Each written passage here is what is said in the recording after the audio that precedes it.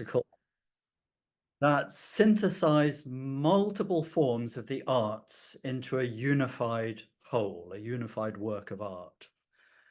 Often, of course, this takes place in a grand setting. So I offer you up this extraordinary setting in Barcelona to begin that conversation. A setting that, in effect, befits the spectacle of the unified art. Now, in a 2018 article, neuroscientist Stephen Brown and anthropologist Ellen Dissanayake have argued that religious ceremonies show all the key features of Gesamtkunstwerk. So we see music, dance, visual arts, and performative action all being brought together. Performing arts and representational arts in sort of modern concepts. And their argument is that ceremonial rituals are essentially assemblages of art-related behaviors and objects. They conclude that religion and arts evolved during the course of human history. And so the idea of the arts emerging in parallel with religious belief, each essentially building off the other as one total work of art. Now, a few years later from this paper, Irene Winter picked up on the notion of Gesamtkunstwerk, and she treated the separate areas of the arts in relation to the senses and aesthetic experience in a Mesopotamian religious context.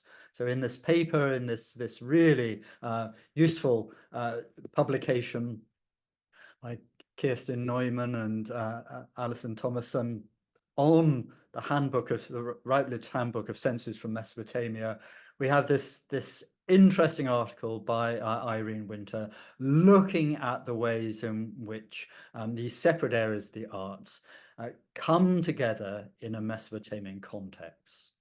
So what I want to do in this talk is take the Brown-Dissanayake hypothesis and explore the role of image making in Mesopotamia over the longue durée, thinking about the possibility of that relationship between art, between imagery, and the emerging religious thoughts, suggesting that the arts not only established identities and meanings as part of this Gesamtkunstwerk, but they actually originated and actively participated in the rituals as essential conduits to the supernatural world. So let's begin that journey in deep prehistory. In the late 10th and early 9th millennium BC, with these extraordinary buildings, most famously known from sites like Göbekli Tepe in modern Turkey. These have been described in the literature as temples. They're monumental buildings, extraordinary architecture, and of course, extraordinary decoration within it, largely sculptural forms. I think rather than using the term temples, and it's perhaps being increasingly popular in the literature to now call them something like community buildings. They represent the efforts of communities and represent ideas around rituals associated with memory and place. It's now recognized that Göbekli Tepe is not unique, which is what it was thought when first revealed. And we now see a phenomenon of these large buildings, but also the associated monumental sort of architectures and features of that at a number of places across Turkey and Syria. So just highlighting a few of them here on this map.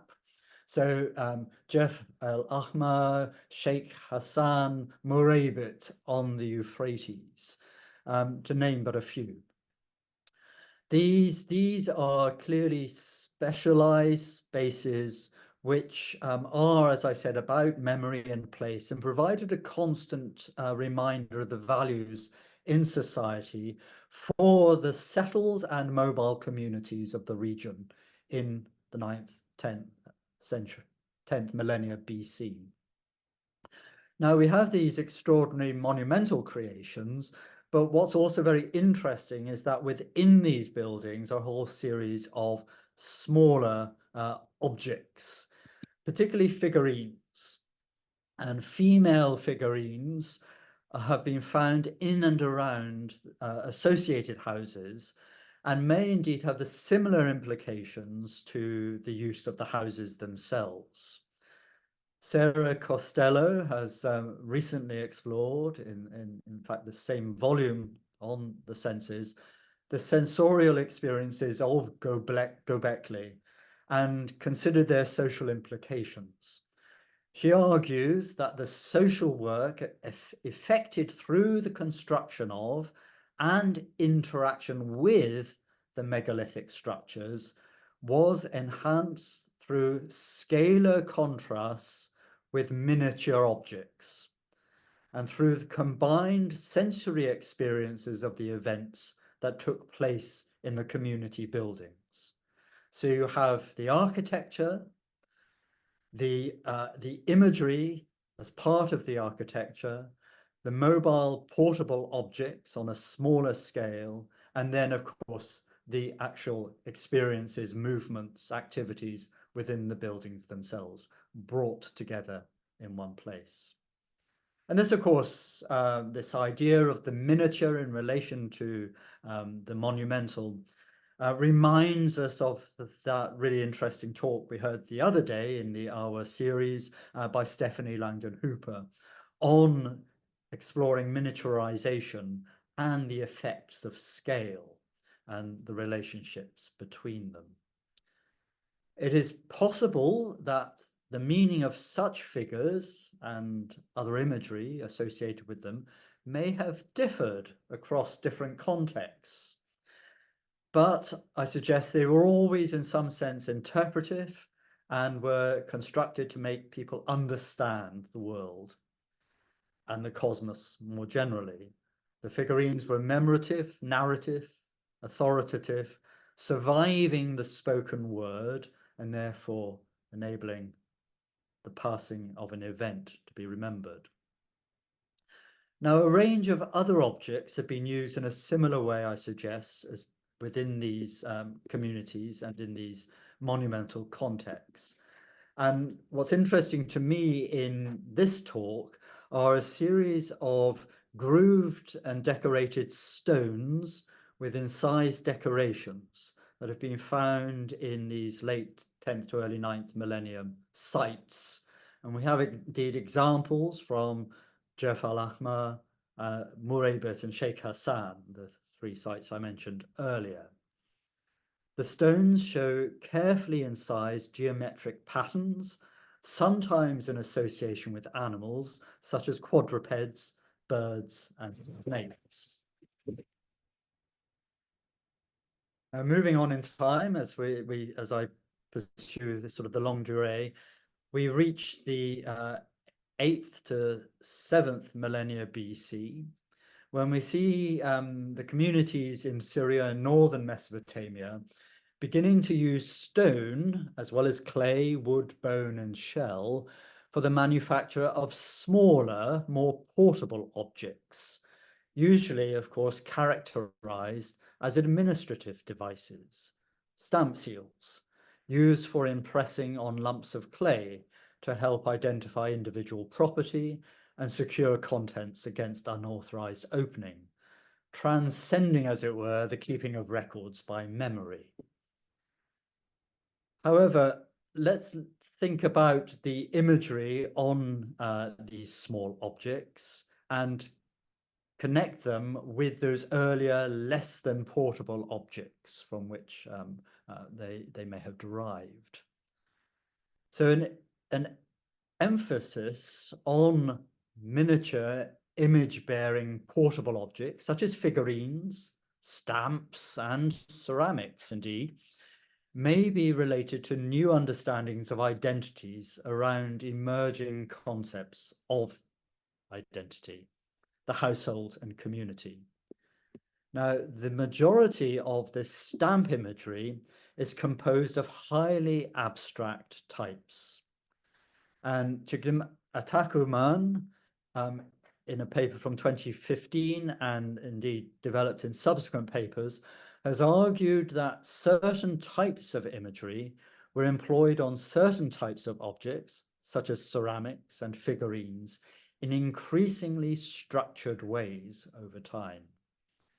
It is in this context, she suggests, that stamps may be treated as figurines of a highly abstract, highly crafted, and highly standardized nature. And you see a few of the categories that she's defined in her work on the charts on the left. Drawing on some of this earlier imagery before, and this builds on a long accepted notion that the engraved stones were not always, or indeed exclusively, used as seals. Indeed, the similarity between the designs carved on the stamp surfaces would probably make for a very inefficient form of individualized or group marker. Instead, the stamps can be interpreted as amulets with apotropaic or magical functions, perhaps in the same way as the earlier imagery, the larger imagery, in these ritualized contexts. This is something, of course, well documented for the historic period. Often pierced to be worn as pendants on the body, they can be understood as intended to connect with supernatural forces through both the material themselves, the types of stone, but then also through the designs carved on them. Not least, of course, connecting with supernatural forces, I suggest, in their agency, which was evoked in the act of sealing to protect a closed container. So the relationship between imagery, identity, and the divine world was further enhanced when at least some rituals began to be managed through formal institutions, that is, temples. So this is the next step. So we move from a world in which monumental and increasingly portable connections through the divine to the divine are built around community expressions. The next step is to think about more formal institutions and how that was managed. Now, the first buildings to function as temples in Mesopotamia have been identified in the archaeological record of the late 5th and early 4th millennia.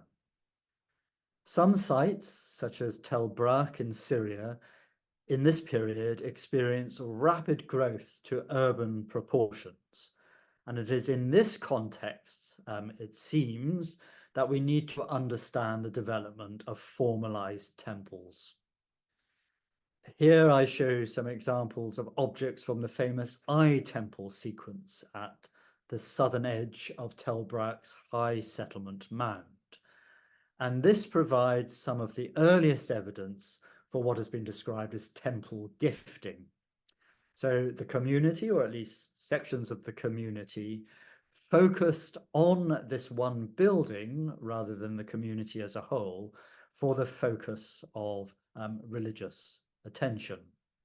And as a result, thousands of so-called eye idols, most famously, but also associated with the eye idols, animal figurines, miniature vessels, again, that stress on the miniature, stamp seals, or perhaps one should think of them essentially as forms of amulets. So stamp seal amulets and other forms of amulets have all been understood as votive offerings here at Tel Brak. Now, of particular interest in the development of the imagery on these objects is an occurrence at Brak of sealings, the impressions from these amulet seals of hybrid humanoids, conventionally termed in the literature, probably rather erroneously, as shaman. Comparable images are known from seals and impressions within the foothills and mountains, reaching from eastern Turkey to Susa, with similar figures also appearing on finely painted ceramics.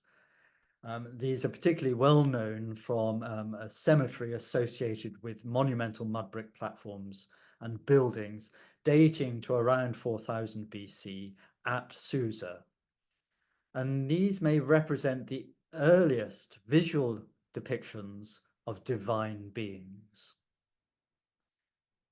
The seal impressions from Susa, Acropole 1, level 25, as well as some unstratified examples, have some of the most elaborate representations of this type of figure. These have been well described in the literature and explored in various different ways. And the seals, therefore, evoke both authority and the supernatural, both through the imagery, but also, of course, potentially through their use. Their agency of the divine beings, gods or supernatural forces, figures, evoked in the act of sealing. Moving on in time, several hundred years in my quick tour through Mesopotamia, really just thinking around these concepts and ideas and offering up this as a way of thinking about the use of imagery in ancient Mesopotamia, we reach the later 4th millennium and the great site of Uruk, with at its center, of course, the famous Eanna precinct. Here you see the view of Uruk today.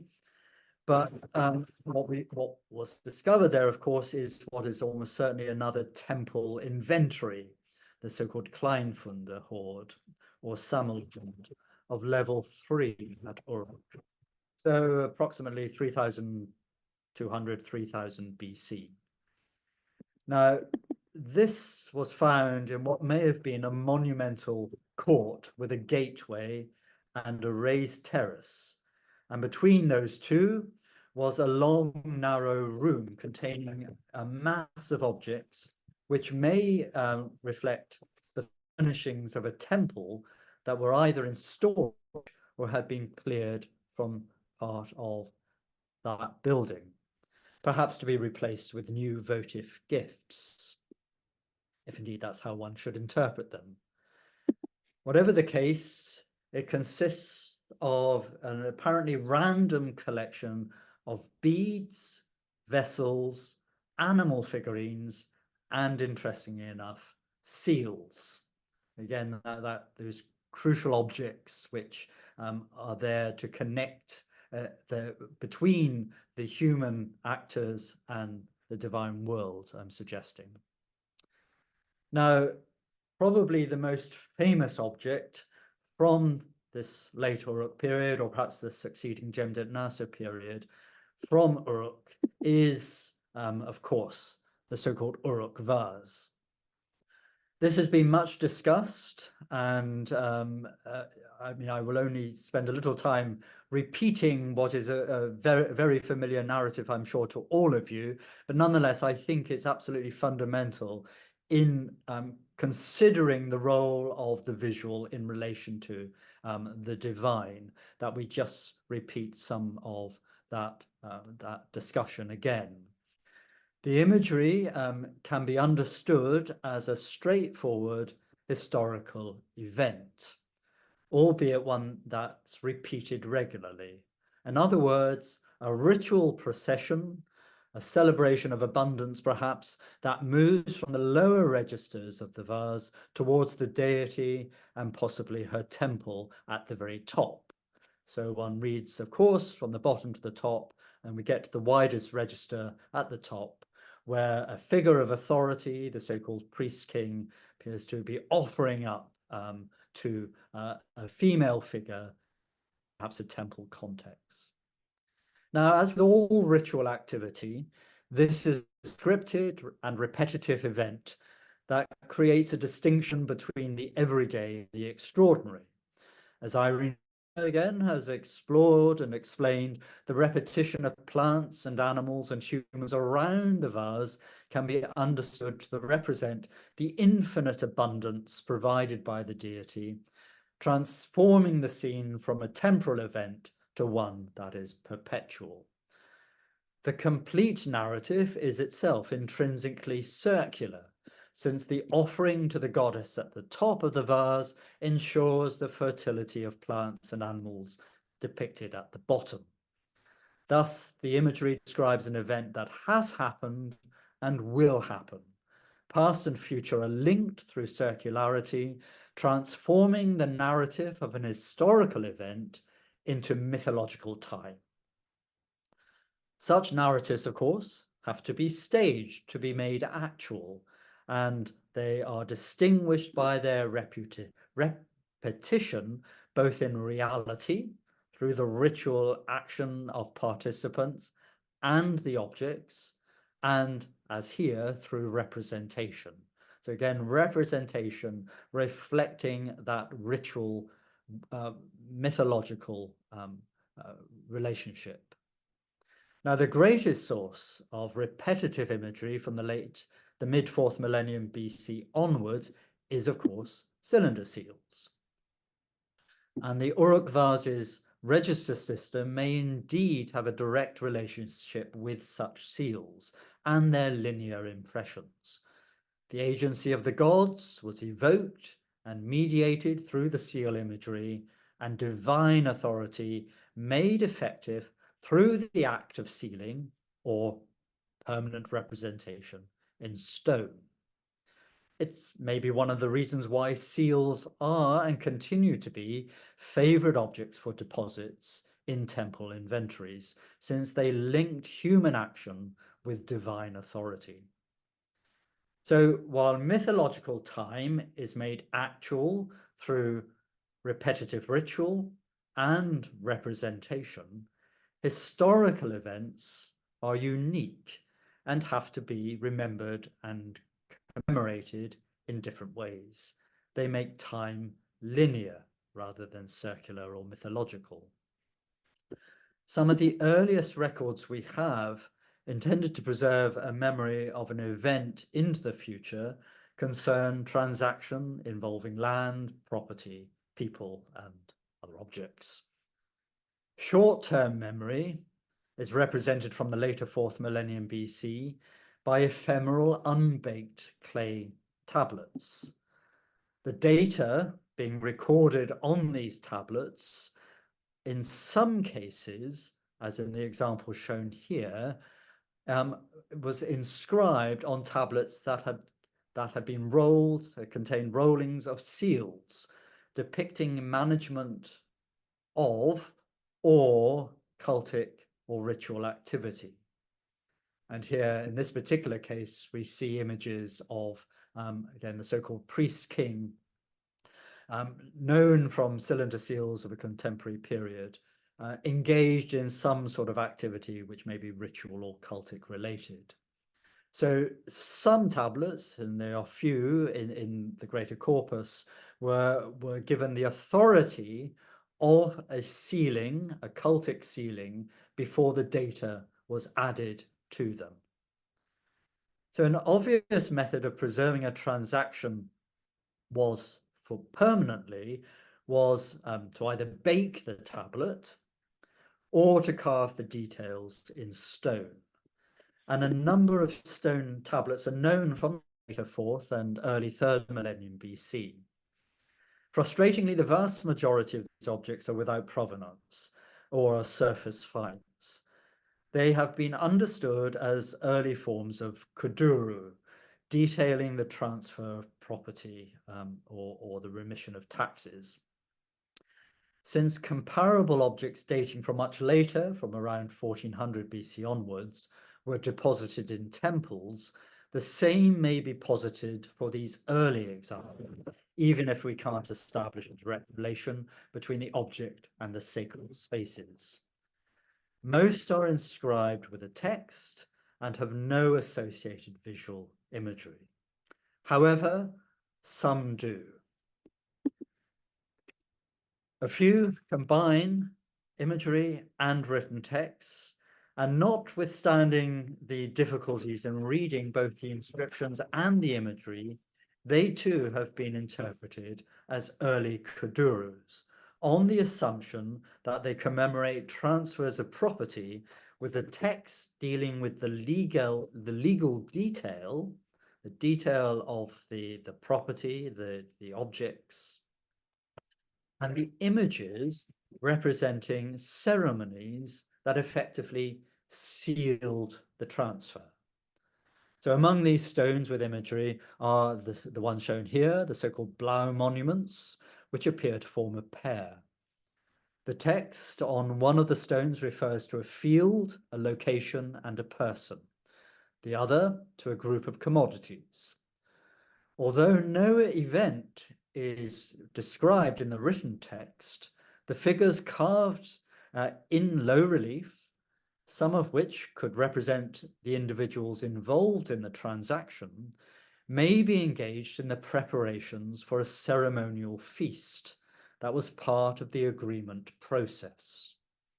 Of particular interest, of course, is the appearance on both stones of a so-called priest-king, a legacy of the late Uruk Cemdet Nasr period, as well as other figures that parallel those on contemporary glyptic, perhaps suggesting that the Blau monuments are stone versions of sealed clay documents. The imagery points to the ritual nature of the event that is taking place, which provides divine sanction for the transaction. And it is the intersection of the details of the written text, I suggest, with the ritual action of the visual imagery that brings the contract into effect. Another example, the Ushamgal stela. Here, again from the early 3rd millennium BC, the text on the stele records a transaction involving 3 fields, 3 houses, and some livestock. Smaller figures, identified by captions, appear along the sides of the stele and may represent participants in and witnesses to the transaction. Set into the building near the doorway may be the cone or peg, the so-called the Sumerian kag, Akkadian sikatu, driven into a wall as a ritual act that signified the transfer of property. So again, the visual images here show a ritual action, the text recording the detail, the legal contract, as it were. We know, of course, from the archaeological record that clay nails, knobs, cones, and other visible commemorative features were fired. They were designed to last. Thus, the descriptive legal text and the imagery of ritual on the stele establish the contract. Another vision from the 3rd millennium BC takes a 3-dimensional form. Land transactions are also associated with the dedication of some temple statuary, as has been discussed by Jean Evans and others. The inscription on the upper right arm of this statue of the ruler Enmetena, for example, records such a transaction in which the king gave land to the temple of Enlil. Perhaps, as Donald Hanson has suggested, such statues were dedicated on the occasion of the contract. Eva Brown-Holtzinger has suggested that some early dynastic statues are effectively a kind of kuduru. A relation between the completion of temple building projects and the dedication of royal statues has also been noted. Thus, a ritual act is embodied in the statue and its movement into the temple, while the associated text provides the historic detail of the contract. Now, the ritual acts of kings becomes more visible in the early centuries of the 3rd millennium BC. when the link between the city-state communities and the gods becomes centered on named individual kings. Human fate and political history become areas of divine intervention. Kings were responsible for administering divine justice and demonstrated their successes in imposing the will of the gods and dispensing their justice by revealing the actions of the guilty and their subsequent punishment. And the earliest surviving monument in which political history becomes evident in this form is, of course, the fragmentary stele of the vultures, with its record of a conflict over territory lying between the neighboring states of Lagash and Umma. There has, of course, been much literature produced and discussion over the relationship between the visual imagery on the monument and the inscription that surrounds the carved images. The inscription, of course, recording that conflict between Umma and Lagash. But by recognizing that Mesopotamian narrative imagery developed out of a visual tradition of representing cyclical ritual myth, we should not necessarily expect it to function in the same linear fashion as the linear fashion. Sorry, excuse me. We should not expect it to function in the same linear fashion as the written text with its origins in legalistic documents. So a solution for understanding the visual imagery, which the slide has decided to give you a brief preview there, a solution to understanding the relationship between the visual images and the text might be found in the symmetrical compositions evident in a number of later Mesopotamian royal monuments, where the celebration of divine order, as re-established by the king through ritual, lies at the center of the visual scheme. In such an arrangement, the focus of the stela of the vultures would be the images of libation and sacrifice. Indeed, the richest, there we go, in such an arrangement, the focus of the stele of the vultures would be the images of libation and sacrifice. Indeed, this register is framed by scenes in which the king holds aloft a spear and aims it to the right, perhaps to execute the guilty. The ritual celebration should be understood in parallel with the top register, showing the warrior king. In both scenes, the ruler is placed at the center of the monument and faces a mound of dead enemies, one a pile of bodies on the battlefield, the other a built monument. These two registers establish a relationship between battle and ritual. Warfare is presented not only as a divine act that restores order to the world, but also as an activity infused with ritual, even a ritual act in its own right, which maintains the essential relationship between the king and the gods. So rather than seeing the imagery on the stele as it were illustrations of what's recorded in the text, the images again are about the ritual act which confirms and authorizes the authority of the legal document, the historical document as recorded in the cuneiform inscriptions. So taking that basis as the hypothesis of the relationship between text and images, the origins of it in a ritualized and then religious context, let me leap forward now, again, as the slides have already suggested, further in time to another area that interests me in Mesopotamian imagery, and that of the Neo-Assyrian period. So moving forward into the first millennium BC. And there we see in the great reliefs that line the rooms of palaces in the Assyrian capitals at Nimrud, Khorsabad, and Nineveh, the achievements of individual rulers recorded in paint and stone through a traditional rhetoric of words and images. Palace and temple construction, animal hunts, battles against enemies, and celebratory processions and banquets. Now, given that these descriptions directly and consistently acknowledge the gods as the source of the king's power, and here you can see Ashurnasirpal returning to Nimrud, accompanied in the top of the imagery there by the image of the god and the disc. These royal acts can be understood as rituals intended to restore the cosmic order established by the gods, satisfying them in order to ensure the well-being of the ruler and his kingdom.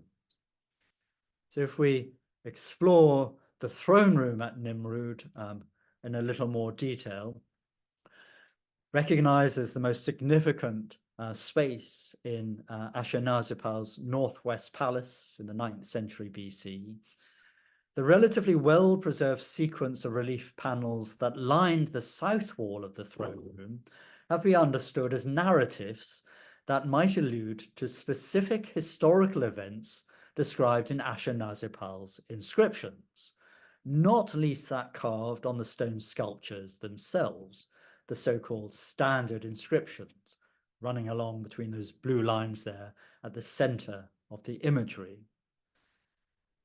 There is no agreement among researchers, however, about which historical events are referenced by the carved scenes, but such uncertainty may well have been intended by the designers.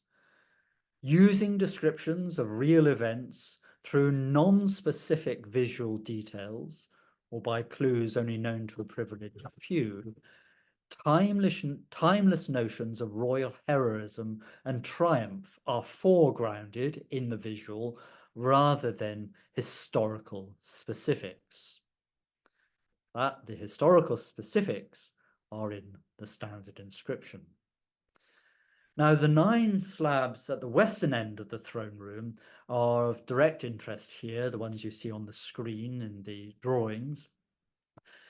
They can be understood as a connected historical sequence interrupted by the central panels. So the 2 ends of the sequence marked in red here can in some sense be thought of as joined together as a narrative, even if they don't reflect a specific historical moment in time.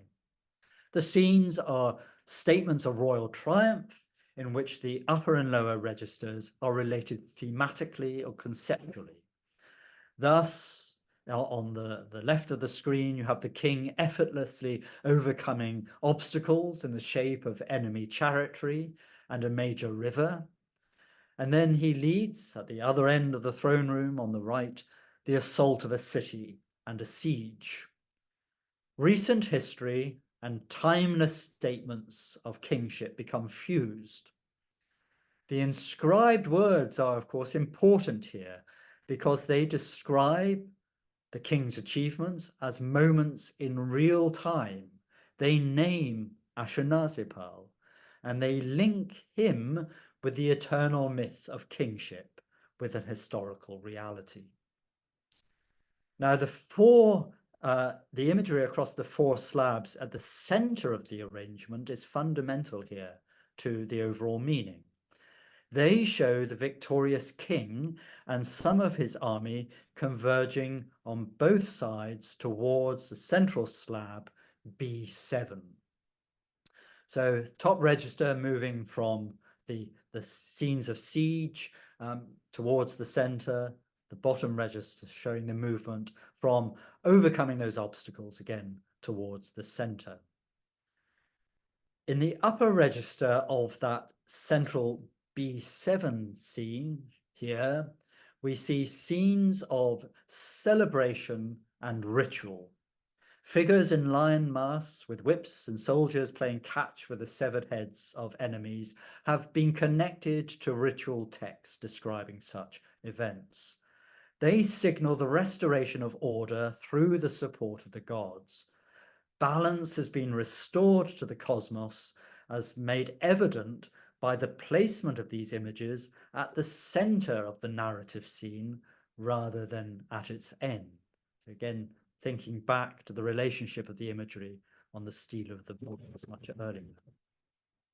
These rituals of victory mark a moment in time when divine order has been restored by Ashurnasirpal, who is now able to present himself as the perfect image of kingship. And this is accomplished visually in the bottom register of panel B7, where the warrior king, protected by a parasol, lowers his bow and holds aloft arrows towards a man identified by his tasseled headband as the crown prince. Both the king and the prince wear fringe robes, perhaps highlighting the ritual aspect of the encounter.